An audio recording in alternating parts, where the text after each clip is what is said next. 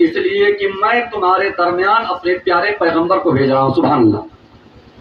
تو گویا یہاں سے پتا چلا کہ اللہ بھی رسول اللہ کی میلاد کر رہا ہے اس آیت کے ذریعہ.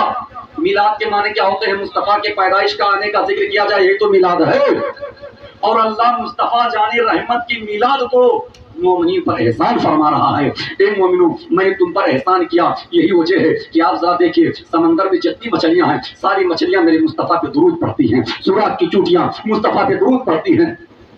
ذرہ ذرہ مصطفیٰ پہ درود پڑھتا ہے. پہاڑوں پہ جتنے پتھر ہیں سارے پتھر مصطفیٰ پہ درود پڑھتے ہیں. حضرات ذرا دیکھیے بات آ گئی ہے تو سنتے چلو. اس بات کو ذرا توجہ دیں اور آپ ذرا سنتے چلیں. آقا کریم صلی اللہ تعالی وسلم تشریف لے جا رہے ہیں اور میرے آقا کے ساتھ حضرت علی رضی اللہ تعالیٰ عنہ ہیں. آقا کریم آگے آگے تشریف لے جا رہے ہیں، حضرت علی ان کے پیچھے ہیں. اتنے میں حضرت علی نے ایک آواز سنی.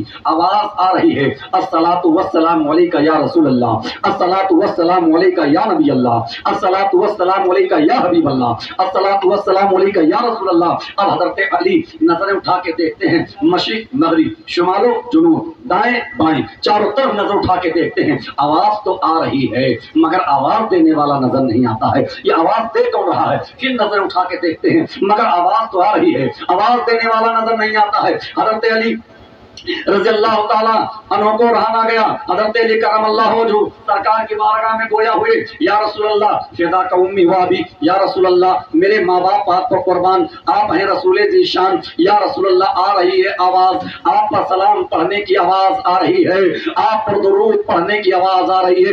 یا رسول اللہ آواز تو میں سن رہا ہوں مگر آواز دینے والا نظر نہیں آ رہا ہے. اس کو سنو اور اس کو مستی میں جھومتے جاؤ کہ ذرا دیکھو صرف انسان اور جنات ہی نہیں، یہ پتھر بھی نبی کا کلمہ پڑھتے ہیں، یہ پتھر بھی نبی پر سلام پڑھتے ہیں. حضرت علی سے سرکار فرماتے ہیں اے علی سنو، صرف مجھ پر انسان اور جنات ہی نہیں بلکہ پوری کائنات مجھ پر درود بھیجتی ہے، سلام بھیجتی ہے. دیکھو جو سامنے پہاڑ دکھ رہا ہے، پہاڑ ہے، پہاڑ کے اوپر ایک پتھر ہے، وہی پتھر تمہارے نبی پہ درود بھی پڑھتا ہے، تمہارے نبی پر سلام بھی پڑھتا ہے. تو جب پتھر نبی پر درود پڑھ رہا ہے تو یہ سنی مسلمانوں آپ ہی نبی پہ درود پڑھو. اللہم صلی علی سیدنا شفیعنا حبیبنا مولانا محمد وسلم، صلاۃ والسلام علیک یا رسول اللہ، صلاۃ والسلام علیک نبی اللہ صلی اللہ تعالی وسلم.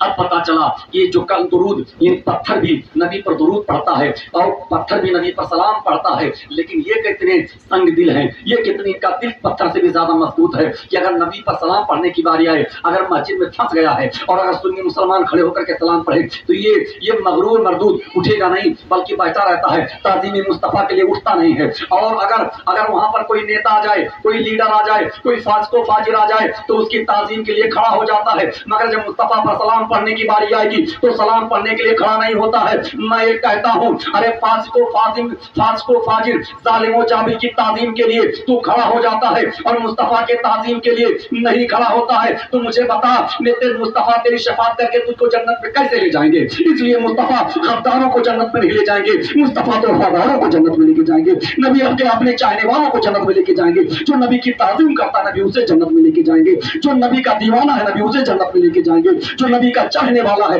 نبی اسے جنت میں لے کے جائیں گے. اور جو نبی کی میلاد کرنے والا ہے میرے نبی اسے جنت میں لے کے جائیں گے. جو نبی پہ صلاۃ و سلام پڑھنے والا ہے میرے نبی اسے جنت میں لے کے جائیں گے. دیکھیے لقد من اللہ علی المؤمنین اذ بعث فیہم رسولا، اللہ نے مومنین پر بہت بڑا احسان کیا کہ ان میں ایک عظمت والا رسول بھیجا. حضرات دیکھیے مصطفیٰ جان رحمت کی آمد کو یہ احسان اللہ فرما رہا ہے. اے مومنوں میں نے تم پر احسان کیا، حالانکہ اللہ نے کائنات کے ذرے ذرے کو بنایا انسان کے فائدے کے لیے. اب آپ ذرا اسے دیکھیے دنیا میں جو کچھ ہے سب انسانوں کے فائدے کے لیے. یہ زمین بھی ہمارے فائدے کے لیے. اگر زمین نہیں ہوتی تو ہم رہتے کہاں؟ پانی نہیں ہوتا تو ہم پیتے کیا؟ ہوا نہیں ہوتی تو ہم سانس لیتے کیسے؟ یہ اللہ کا احسان ہے. اب آپ ذرا دیکھیے کروڑوں نہیں اربوں نہیں خربوں جتنا کہہ لیا جائے کم ہے، اس سے بھی کہیں زیادہ احسان اللہ کا اپنے بندوں پر ہے. یہی دیکھیے یہ جو آکسیجن کی کمی ہوئی، جو بیماری چل رہی تھی، ابھی مطلب یہ ہے کہ اب تو سست پڑ گئی، سرد پڑ گئی، ٹھنڈ پڑ گئی، لیکن جب تیزی تھی تو آکسیجن کی کمی لوگ آکسیجن کے بغیر مر رہے تھے. آکسیجن مطلب ہوا, وہی جو سانس لینے میں. اب مجھے بتائیے, اور آکسیجن خرید کے لایا جا رہا تب بھی نہیں ملتا, تب بھی نہیں, لوگ آکسیجن کے بغیر تڑپ تڑپ کے مر رہے تھے. اور رب کا احسان ذرا دیکھو کہ رب نے پوری کائنات میں ہواؤں کو پیدا کر کے اپنے بندوں کے لیے سانس لینے کا ذریعہ بنایا. یہ اللہ کا احسان ہے. لیکن اللہ نے کبھی نہیں کہا میرے بندے میں نے ہوائیں پیدا کر کے تجھ پر احسان کیا, سمندر کو پیدا کر کے تجھ پر احسان کیا.